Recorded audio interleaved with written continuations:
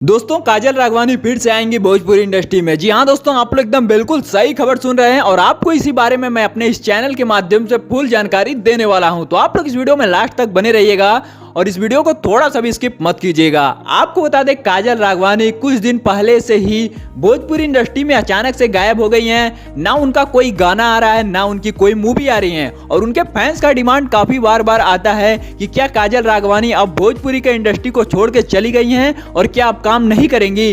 तो आपको बता दें ऐसा कुछ भी नहीं है और काजल राघवानी बहुत जल्द ही एंट्री लेने वाली हैं भोजपुरी का इंडस्ट्री में। जी हाँ दोस्तों, आपको बता दें अक्षरा सिंह अगर पूरा अकेले भोजपुरी इंडस्ट्री को दहाड़ सकती हैं तो क्या काजल राघवानी अकेले अपना काम नहीं कर सकती।